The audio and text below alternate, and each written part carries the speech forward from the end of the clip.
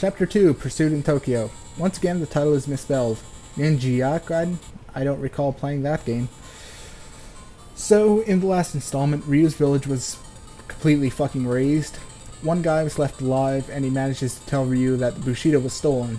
The Bushido is apparently some magic scroll of superpower that, you know, it's bad fucking luck to get this in, like, the wrong hands, you know, be careful, etc., etc. So Ryu gets jumped by a bunch of ninjas while leaving his village. They tell him that they're the guys who wrecked shit up. He kills them all and beats the sumo wrestler to within an inch of his life. And just as he's about to interrogate him, some guy shows up and kills him. Ryu chases the guy, but loses him in the forest. But he gets back in time to hear one last word from the sumo wrestler, who tells him Tokyo. So Ryu goes to Tokyo and sees this. A bunch of Yakuza guys. They ask him, hey, aren't you the guy who killed the sumo wrestler? At which point Ryu's like, wait, you're the guy who killed the sumo wrestler. Because apparently it's the same guy and coincidences work like that. They offer Ryu the chance to join the gang, but he declines because he's a bitch, and well, I guess the game would be boring if it ended after just one level. So that brings us up to here, the Tokyo level. You can see some enemies making their return. You have birds and the guy who runs at you. They did suffer a little bit of a graphical upgrade, but overall the designs in this game are inferior to the old ones, I think. You know, just these camera guys who are probably incredibly racist. You know, they're little Asian dudes who shoot you with a camera, I don't fucking know. And just the designs are like kind of boring and generic. They don't really do it for me quite so well as the old ones did.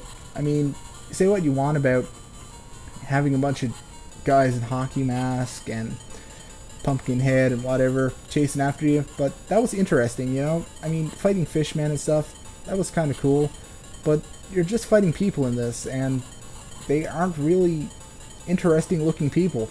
They're pretty fucking dull. So that's something I'm really not quite a fan of. And as you can see, they took away Ryu's ability to wall climb and gave him this really shitty wall jump thing. Not a fan. Not a fan at all. Which brings me to another thing. When they made this game, they did away with a lot of the stuff that the old games had. So yeah, like the NES games, they had a bunch of things going for them. They had like really awesome music. They had some pretty interesting enemy designs. Graphically, they looked really good considering what they were running on. Like, we're talking grade A stuff. And, you know, interesting level designs with a couple cool little gimmicks thrown in, like the wind levels and stuff. They were brutally difficult, and they had an interesting, although, you know, kind of stupid, and, you know, it was an okay and acceptable story that was pretty decently told. And considering, you know, it's a really early video game story, anything beyond, you know, go rescue the princess, please, already, is pretty extreme storytelling. You're going, you know, above the bar if you're doing anything beyond that. Or, you know, a few words thrown in the instruction manual somewhere. So, yeah, one of the earlier games that actually used cutscenes and tried to tell a story.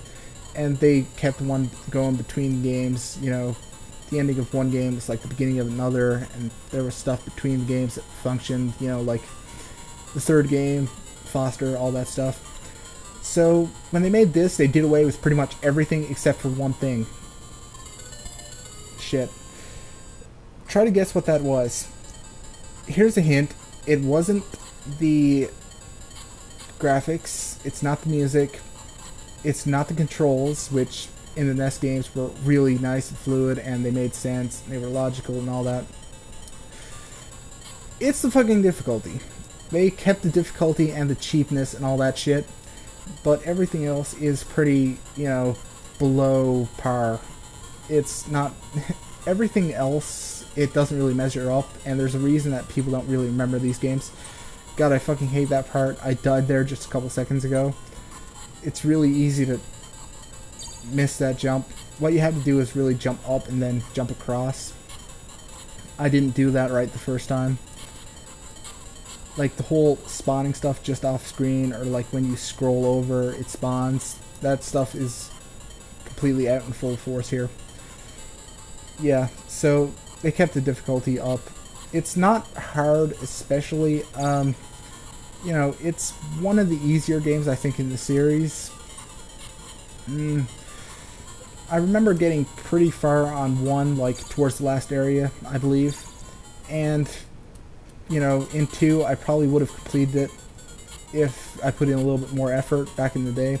But 3, I didn't get, like, more than halfway through, really.